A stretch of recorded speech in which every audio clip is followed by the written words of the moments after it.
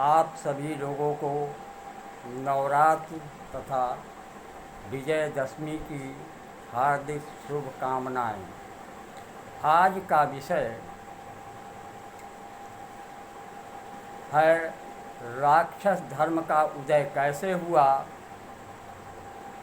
राक्षस धर्म का संस्थापक कौन था, रावण राक्षस राज कैसे बना। जैसा कि आप सभी लोग जानते हैं कि रावण का जन्म देव वंश में हुआ।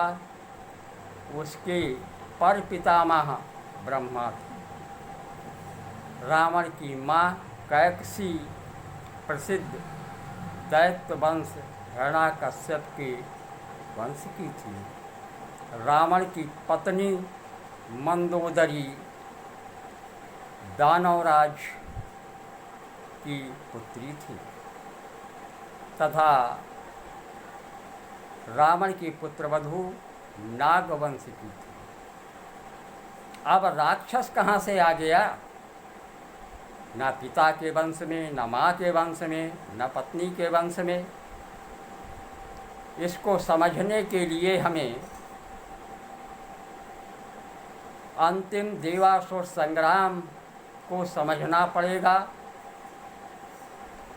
अंतिम देवासुर संग्राम देवताओं तथा दानव और दैत्यों के बीच में हुआ। देवताओं का नेतृत्व देवराज इंद्र कर रहे थे, जिनकी सहायता के लिए आर्यावर्त से चक्रवर्ती सम्राट दशरथ अपनी पत्नी के सहित गए थे। दूसरी तरफ से देवताओं, दैत्यों और दानवों की सम्मिलित शक्ति का नेतृत्व शंबर नाम का दानव कर रहा था। इस युद्ध में भयंकर हानि हुई। देवताओं का पक्ष प्रबल हो गया, दानव और दैत्य पराजित हुए, शंबरासुर का वध हो गया। इस युद्ध में रावण के नाना सुमाली अपने कुटुंबियों के सहित सम्मिलित हुए थे।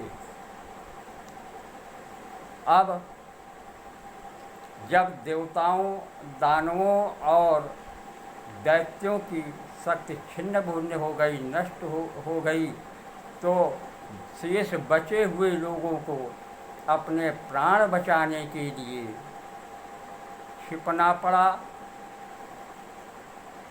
माल्यवान भी, रावण के नाना माल्यवान भी भूमिगत हो गए, किंतु माल्यवान बड़ा ही साहसी था, दूरदर्शी था। उसने अपनी पुत्री कैकसी को विषस्रवा के पास योजनाबद्ध तरीके से भेजा और कैकसी को विषस्रवा से 3 पुत्र और 1 पुत्री प्राप्त हुई। माल्यवान भी अपने दामाद के संरक्षण में रहने लगा। समय पाकर के रावण ने अपने पिता से शस्त्र तथा शास्त्र की शिक्षा ग्रहण की तथा अपने नाना के सानिध्य में रह करके राजनीति का पाठ पढ़ा। नाना अब रावण के पास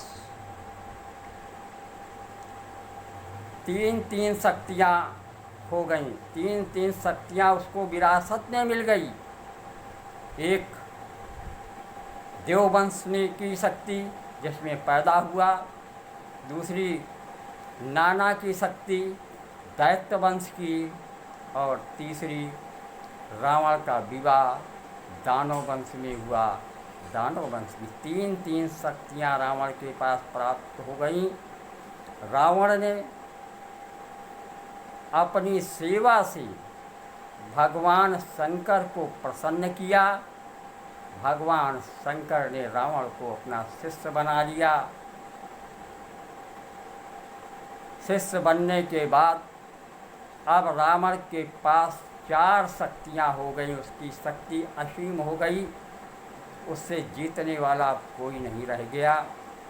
तब रावण का ध्यान लंका की ओर गया। उसके वैभव को देख करके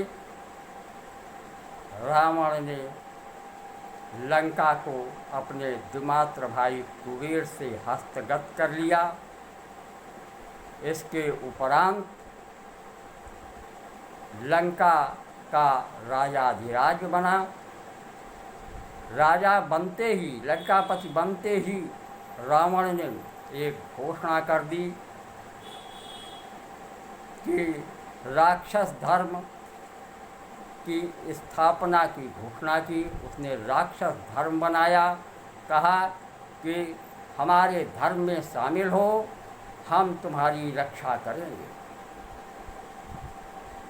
अब राक्षस स्वयं को उसने राक्षस राज घोषित कर दिया तथा लंका में ये घोषणा करवा दी कि हमारे आधिपत्य क्षेत्र में यदि रहना है तो राक्षस धर्म अपनाओ, अन्यथा लंका से पलायन कर जाओ अथवा मृत्यु दंड को प्राप्त हो।